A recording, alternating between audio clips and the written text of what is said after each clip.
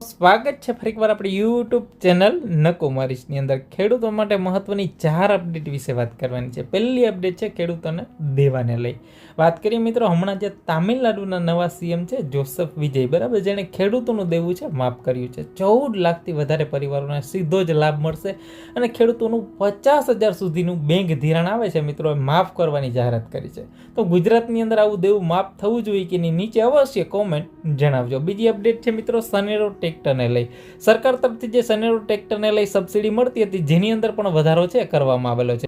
પહેલા મિત્રો જે આ ટ્રેક્ટરની અંદર જે સનેરો ટ્રેક્ટર આવે છે જેની અંદર 25,000ની સબસિડી મળતી હતી, પણ હવે સામાન્ય ખેડૂતોને 60,000 રૂપિયા, અનુસૂચિત જાતિ અનુસૂચિત જનજાતિ નાના અને શ્રીમંત ખેડૂતોને રૂપિયા 75,000ની સબસિડી છે મળવાપાત્ર થશે મિત્રો। ત્રીજી મહત્વની અપડેટની વાત કરીએ તો પાક સંગ્રહ સ્ટ્રક્ચર જે આપણે કહેવાય ને ગોડાઉન બનાવવા માટેની જે યોજના હતી એની અંદર પણ સહાયની અંદર જે વધારો કરવામાં આવેલો છે મિત્રો।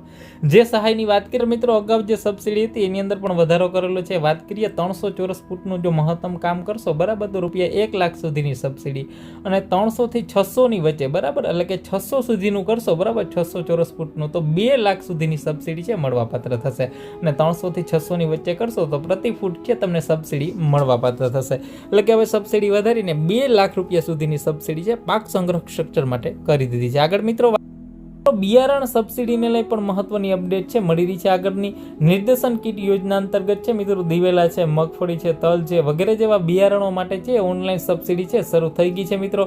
ફોર્મ ભરવાની વાત કરીએ 5/6/2026 છે ફોર્મ ભરવાની છેલ્લી તારીખ છે। આ ખેડૂતના માધ્યમથી જ ફોર્મ ભરવાનું છે। અલગ અલગ બિયારણો માટે છે સરકાર તરફથી સબસિડી આપવામાં આવતી હોય છે। તો આ વિડીયોને લાઈક કરી તમારા મિત્રો સુધી અવશ્ય શેર કરશો।